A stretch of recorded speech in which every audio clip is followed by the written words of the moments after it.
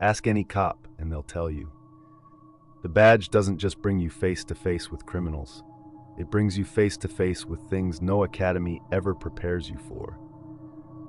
Nights where evidence doesn't add up, where sounds come from nowhere, and where the dead don't seem to stay silent.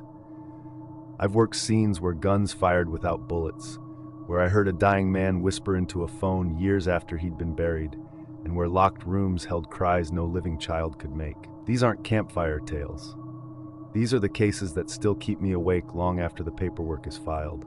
And tonight, I'm going to share them with you. Crime scenes in remote places always feel heavier. Cities are noisy, crowded, full of distraction. Out there in the woods, though, miles from the nearest road, you feel everything. The silence presses against you. The cold creeps into your gloves. Every smell, every sound carries weight. That night was one of those calls. A hunter had stumbled upon an old cabin deep in Staten, half hidden by pine and snow. The call came through dispatch around dusk. They said a man had been staying there off-grid and something had gone wrong. By the time we arrived, it was full dark. The cabin was small. One room, a lean-to porch, wood pile stacked neatly outside. No power, no running water, just a kerosene lantern sitting cold on the windowsill. My partner stayed outside photographing the scene while I went into process. I pushed the door open and stepped inside. My breath fogged immediately. The air was damp, heavy with the smell of rust and pine sap. Snow had drifted through a broken window, scattering across the warped floorboards. The body had already been removed earlier that morning by the coroner. Male, mid-40s, suspected foul play. Neighbors, if you can call people living 3 miles away neighbors, reported hearing shouting the night before. By the time they came to check, the man was dead. Massive blood loss. From the scene, it looked like he'd coughed up half his lungs before he went still. Even without the body there, you could feel it. The stains on the floor told the story clearly. He'd been near the wood stove, doubled over, trying to reach the door when it hit him. I crouched to photograph the blood spatter patterns, the overturned mug, the scattered pills. It was so quiet I could hear the wind pressing against the cabin walls, the occasional pop of tree limbs shifting under snow outside. My partner's camera clicked in the distance. I was alone, or should have been. I had just knelt down to tag a piece of evidence when it happened. A cough, not a polite, dry one. A wet, rattling cough, the kind you hear in an ICU when a patient's lungs are filling up. It came from directly behind me, so close it raised the hairs on the back of my neck. I spun around so fast my flashlight beam smeared across the walls. The cabin was empty, no one behind me, no movement except my own breath. I called out, "You okay out there?" thinking maybe my partner had come in without me noticing. His voice floated back through the window, casual as ever. Still outside, I stood frozen, flashlight trembling just a little, eyes sweeping the corners. The smell of iron seemed stronger now, like the blood on the floor had been stirred up by that sound. I knew what I'd heard. It wasn't the wind. It wasn't pipes or old wood creaking. It was a man's cough, wet, labored, dying. I forced myself to finish photographing the scene, but every time I bent down, I kept glancing over my shoulder. The air felt different now, heavy, like someone was standing just out of sight, leaning over me. When I stepped back outside, my partner gave me a look. "You're pale," he said. I told him what I'd heard. He shrugged, but his eyes flicked to the cabin. "You know he died coughing up blood, right?" "That's what the coroner said." We finished the scene and hiked back to the vehicles. The whole way out, the trees seemed to crowd closer, the snow swallowing our footsteps quicker than it should. Later, reading the coroner's report in full, I learned something else. The man hadn't just coughed before he died. He'd been calling for help between fits. His last recorded sound, according to a neighbor's voicemail, was a wet, rattling cough followed by a whisper, "Somebody, please." I still process crime scenes in remote places, still work cabins, barns, shacks far off the grid. But every time I kneel down to collect evidence, every time the air is still enough that I can hear my own pulse in my ears, I remember that night, that cough, and I still catch myself glancing over my shoulder, waiting to see if someone's there. Someone whose last breath still lingers where they fell. Most officers avoid the old parts of the station. For us, it was the basement where the evidence room sat. It wasn't like the sleek labs you see on TV. This room hadn't been updated in decades. Concrete walls, flaking paint, steel lockers stacked from floor to ceiling. The air always smelled of mildew, rust, and that faint sour tang of mold. You felt the weight of every case sealed in there, the unsolved ones especially. We only went down there when we had to night. The duty fell on me. A prosecutor wanted files from a cold case in the late 80s, and of course, it had to be dug out at 3 in the morning. My partner stayed upstairs finishing reports. I grabbed the keys and made the walk down alone, past the humming vending machines, through a stairwell that always seemed 10 degrees colder than the rest of the building. The old door groaned as I unlocked it. The fluorescent lights buzzed awake, flickering before they steadied. Their glow was harsh, throwing long shadows across the rows of lockers. It felt like stepping back in time. Dust coated everything. The tags on the lockers were yellowed, some crumbling at the edges. The ink faded, but still legible. 1979, 1981, 1984. Each one was a frozen story. Lives shattered, families waiting for answers that never came. I was halfway down the aisle when it happened, a sound cut through the silence. At first I thought it was a pipe groaning or maybe a cat outside, but then it came again, clearer. A child's cry, high-pitched, fragile, heartbroken. I froze. My first instinct was that someone had followed me down. Maybe a prank, some rookie messing with me. But no, the voice wasn't playful. It was raw, desperate, a child sobbing like they'd been left alone too long. Every breath hitching, wet with tears. It came from the lockers, from one in particular. I turned, my flashlight beam trembling over the row of steel doors until it landed on one. A rusted padlock hung from it. A brittle paper tag clung on by one corner. The label read Cold Case 1988. That's where the crying was coming from. It grew louder as I stepped closer. I could almost hear words tangled between the sobs, like a little voice begging. Though for what, I couldn't tell. My chest tightened. Logic screamed it wasn't possible. That locker hadn't been touched in years. The key for it was locked in a separate cabinet upstairs. And yet, the crying continued. I called out before I could stop myself. Hello? Who's there? The sobbing didn't change, didn't pause. It was right there, just beyond the steel. I reached out. My gloved hand touched the locker, and it was cold, far colder than the others I'd passed. I yanked at the padlock, rusted, solid, unmoving. I shook it hard enough that the entire locker rattled and then silence. The crying stopped in an instant, cut clean like someone hit a switch. The air in the room felt different, suddenly heavier, charged. My heart pounded in my throat as I took a step back. Flashlight beam darting across the rows. Nothing moved. Nothing made a sound. Finally, I forced myself to leave. I locked the door behind me, though I swear I could feel something on the other side of it listening. Upstairs, I checked the system for that case. 1988. An 8-year-old boy missing on his walk home from school. Last seen 2 blocks from his house. He vanished without a trace. No suspect, no body.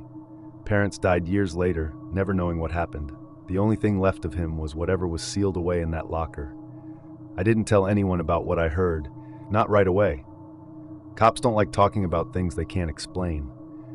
But I started noticing a pattern. A few others admitted quietly when no one else could hear that they'd avoided that basement too. One swore he heard whispering down there on a night shift. Another said he thought he saw small fingerprints on the dust of one of the lockers, though none of the tags listed children's cases. And every story circled back to that same locker, the one from 1988. I still think about that cry, about how it sounded like a child begging for someone to let them out. And sometimes late at night, when the station is quiet and the phones stop ringing, I wonder if it's still down there waiting in the dark, locked away in steel. A voice too lost to be heard anywhere else but those walls. Crime scenes have their own kind of silence. Not the peaceful kind, but the kind that settles after violence, like the walls themselves are holding their breath. I've stood in plenty of those rooms, but one in particular has stayed with me. We were called out to a small bungalow on the outskirts of town. Neighbor hadn't seen the resident in days. Mail piling up, dog barking inside. Patrol made entry, found the man dead in the living room. Single occupant, no sign of forced entry. They called us into process. The house was stale, air heavy with the smell of decay. Curtains drawn tight, television still on but frozen and static. The deceased sat slumped in a recliner, skin already waxy, the early signs of decomposition setting in. The coroner's watch later confirmed dead for at least 48 hours. On the coffee table in front of him sat a revolver, a heavy old Colt, the kind you don't see much anymore outside of collectors. The chamber had been checked, empty, no rounds. It had been dusted for prints already, and the only ones on it belonged to the deceased. We spread out, working the scene methodically. Camera clicks, evidence markers, gloves rustling, just routine. I was bent over bagging prescription bottles when it happened. The gun fired. A sharp crack split the air, deafening in that enclosed room. Everyone froze. My partner cursed and stumbled back. One of the techs screamed. The revolver still sat on the table, barrel smoking faintly, though no one had been near it. We rushed to check. The chamber was still empty. No shell casing, no bullet lodged in the walls or floor. Just the smell of burnt powder, sharp and undeniable. I'll never forget the look we all exchanged. Shock, confusion, something close to fear. We're trained to explain things, to rely on procedure and science. But there was no explanation for that sound. That smoke curling from a weapon we'd all seen was unloaded. We cleared the room, regrouped, checked ourselves over, no one injured, nothing disturbed except for our nerves. Finally, one of the older detectives muttered, "Only his prints are on it." He was right. That revolver had only one set of prints, the dead man's. The medical examiner's report came in later. Cause of death, natural causes, not suicide, heart failure. 2 days before we even got the call. The gun hadn't been fired in years. No residue on the man's hands. And yet every single person in that room swore to the same thing. We heard it, we smelled it, we saw the smoke. I've replayed it in my head more times than I can count. The man had lived alone. He died alone. Maybe he reached for that gun in his final moment. Maybe he wished he had the strength to pull the trigger and couldn't. Or maybe, just maybe, something in that room wanted us to know he hadn't gone quietly. To this day, I can still hear that crack in my ears, feel it in my chest. A shot from a gun no one fired. And whenever I walk into a scene where a weapon's present, I catch myself watching it a little too long, waiting to see if lightning's going to strike twice. I was halfway through a quiet night shift when the call came in. The dispatcher's voice was clipped, a little strained. Unit 12, respond to a 911 call. Male whispering, claims he's been stabbed. Line went dead. Location pinged, 432 Maple Street. Maple Street, I knew that place. A boarded-up house no one had lived in for decades. Still, procedure was procedure. I rolled out, lights off, just the low hum of the engine carrying me through the empty streets. When I pulled up, the house looked like every other condemned property. Windows nailed over, weeds curling up through the porch, the paint rotted to gray. But there was something about it, something that made the air feel heavier than it should. I stepped out, hand on my flashlight, and the world went silent. No crickets, no traffic, not even wind in the trees, just me and the creak of the old porch steps. Inside, the smell hit first. Mildew, old dust, something metallic that reminded me of dried blood. My light cut across graffiti on the walls. Trash scattered in corners, broken glass underfoot. I called out, "Police! Anybody here?" My voice bounced back at me, hollow, like the house was swallowing the sound. The living room was where the call had supposedly come from. Empty. No signs of a struggle, no fresh blood, just a square of dustless floorboards in the center of the room, like something heavy had once rested there. I swept the place corner to corner, even checked the basement. Nothing. No body, no injured man. But when I came back upstairs, something caught my eye. A folder on the floor, half buried under plaster. I bent down, brushed it off, and my stomach turned.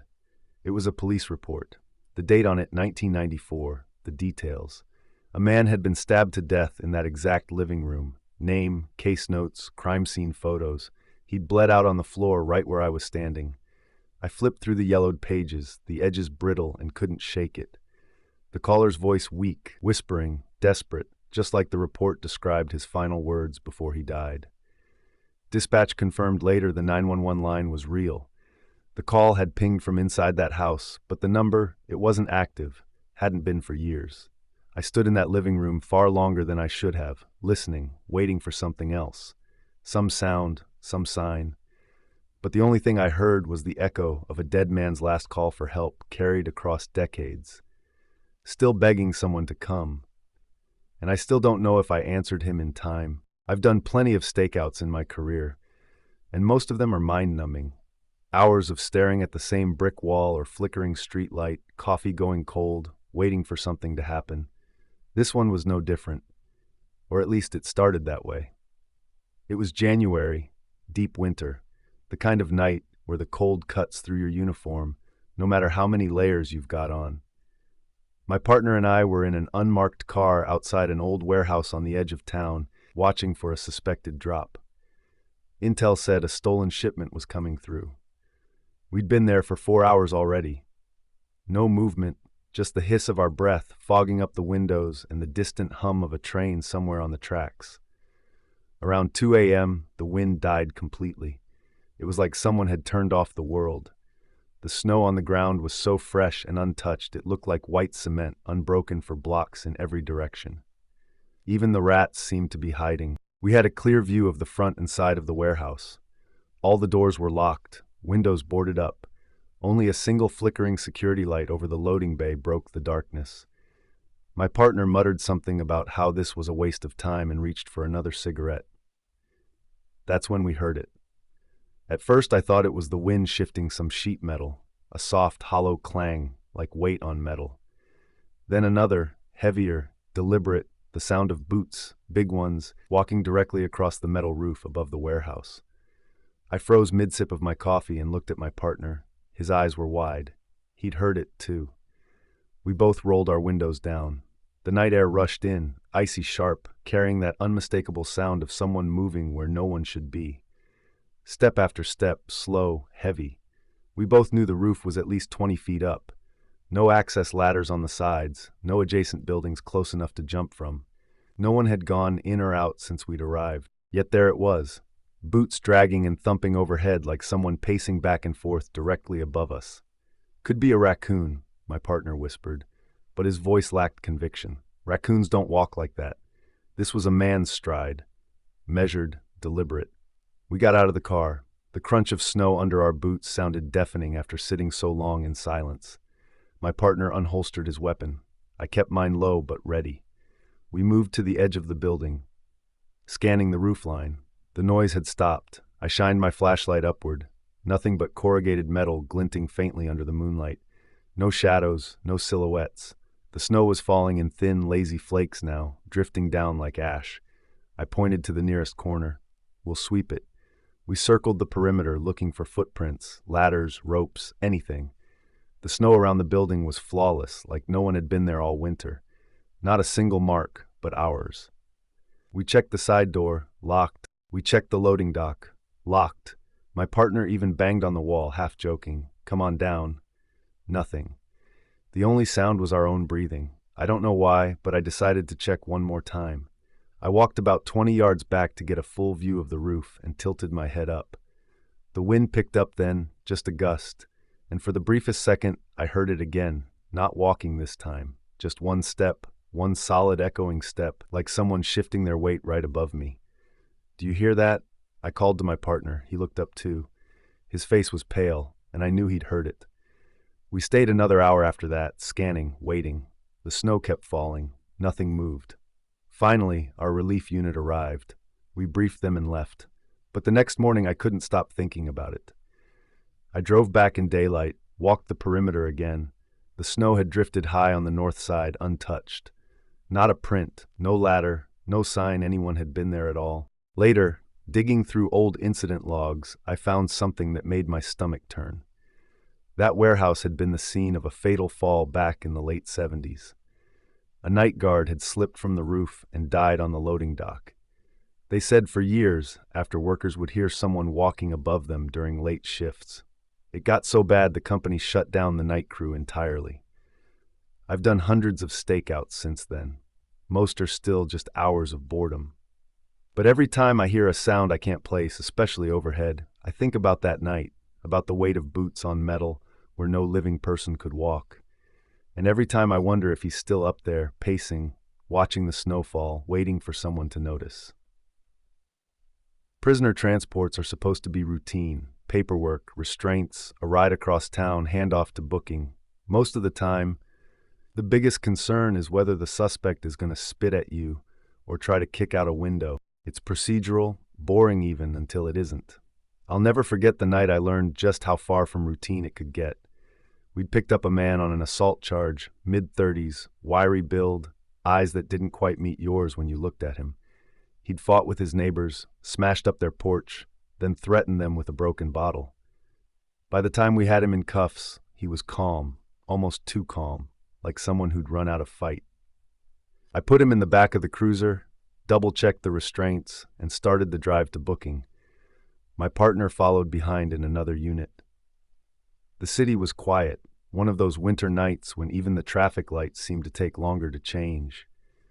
The only sounds were the engine humming and the occasional shuffle of chains as the prisoner shifted in his seat.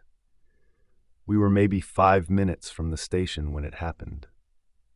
I glanced in the rearview mirror and froze. His breathing had changed. What had been steady, even breath, suddenly went ragged. His chest heaved once, twice, then stopped.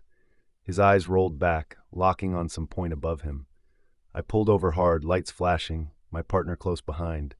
I jumped out, yanked open the back door. His skin had already gone gray, lips turning bluish. He wasn't faking, he wasn't breathing at all. I shouted for my partner, and we started working him right there on the side of the road. CPR, compressions, everything drilled into us. I kept yelling at him to stay with me, but his pulse was gone, flatlined. And then, just as suddenly as it had started, he sat up. Not in that shaky, gasping way people sometimes do when you get them back. No, he sat up like he'd never been down. His back straight, his eyes wide open, and then he smiled. It wasn't the man we'd cuffed. The expression was wrong. Too wide, too knowing. His lips curled in a way that didn't fit the face I'd been staring at for the last hour. And when he spoke, his voice wasn't his. It was deeper, slower, like someone else was using his body as a mouthpiece. "I'm not him." That's all he said. My partner and I froze. I swear the temperature dropped right there on the roadside. The hair on my arm stood up under my uniform. The man's eyes stayed fixed on me like he wanted me to understand something. Then just as quickly, he collapsed again. By the time we got him to the station, he was gone. The booking officers tried resuscitation, but it was useless. The medical examiner later confirmed it. Cardiac arrest, dead on arrival. Time of death, minutes after he'd looked me in the eye and smiled. The strangest part, the ME's timeline didn't line up. According to him, the man had been gone before we even stopped the cruiser. His body had already started shutting down, oxygen starved for too long. By science, he shouldn't have had the strength to sit up, let alone speak. And yet I can still hear those words. I'm not him. Who was he then? Who smiled through that face in the final moments? I've transported dozens of prisoners since then. Drunks, fighters, addicts, worse. But every time I glance in that rear-view mirror, a part of me braces, waiting for another dead man to sit up, waiting for another voice that doesn't belong. Thank you all for joining me on these journeys. Your support means everything, and I love reading your reactions and personal experiences in the comments. If these stories kept you on the edge of your seat or gave you chills, please hit that like button and consider subscribing for more haunting stories. Have you ever experienced something similar? Or perhaps you have your own unexplainable story to share. I'd love to hear your thoughts in the comments below. Each of your stories adds another layer to our growing community of horror enthusiasts. And if you think someone else might enjoy a good scare, don't forget to share this video with them. Stay tuned for more spine-chilling stories, and remember, sometimes the scariest tales are the ones that could happen to any of us. Thank you again for watching, and I'll see you in the next video.